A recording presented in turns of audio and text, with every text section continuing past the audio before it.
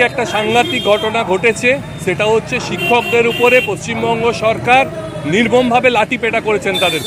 তাদের উপরে যে আক্রমণ নেমে আসছে তার বিরুদ্ধে আজকে শিক্ষকরা মিছিল করেছেন, সাধারণ মানুষেরা তার সঙ্গে আছেন।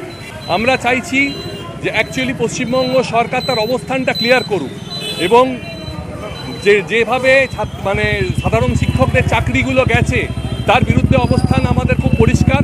আমরা বলতে চাইছি যে সঠিকভাবে সব কিছু করতে হবে এবং যে বারবার সুপ্রিম কোর্ট যা চেয়েছিল যে ওএমআর সিটের ডিটেলসটা দেওয়ার কথা সেটা তারা দেননি এবং সেই বিরুদ্ধে এবং তার সঙ্গে এই সরকার যাতে তার শিক্ষা নেন এই ঘটনার থেকে, যে সাধারণ নিরস্ত শিক্ষকদের উপরে যে লড়াই আন্দোলন তারা করছিলেন, তার উপরে যে অমানসিক অত্যাচার তারা নামিয়ে এসেছেন, তার বিরুদ্ধে আমাদের এই মিছিল। রাজ্য সরকার মূলত জানেন তো চোরদের নিয়ে এখন সরকারটা চলছে। এসএসসি যেভাবে দুর্নীতি করেছে এবং রাজ্য সরকারের প্রত্যক্ষ সহযোগিতায় রাজ্য সরকারের মন্ত্রীরা জেলে আছেন, তারা যদি আজকে এই সিটগুলো সুপ্রিম কোর্টের কাছে সাবমিট করেন তাহলে এই সরকারটাই নড়বড়ে হয়ে যাবে, নড়ে যাবে। তাই তাদের গদি বাঁচানোর জন্য তারা আজকে এই জিনিসটা করেছেন। তারা দিচ্ছেন না ওএমআর সিট।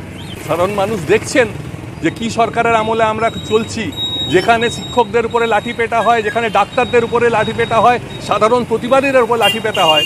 সেই সরকারটা যেভাবে চলছে সেটা সাধারণ মানুষ দেখতে পাচ্ছেন, সবার মাধ্যমে দেখতেই পাচ্ছেন। সকাল থেকে চিৎকার পড়ে গেছে, বিন্দুমাত্র বিশ্বাস নেই। সবাই জানেন এরা চুরির টাকায় চলছে এই সরকারটা এবং এদের এক্সপায়ারি ডেট অনেক দিন আগেই পেরিয়ে গেছে। এখন শুধুমাত্র জোর করে তারা টেনে নিয়ে যাচ্ছেন, কিন্তু মানুষ এটা প্রতিবাদ করছেন।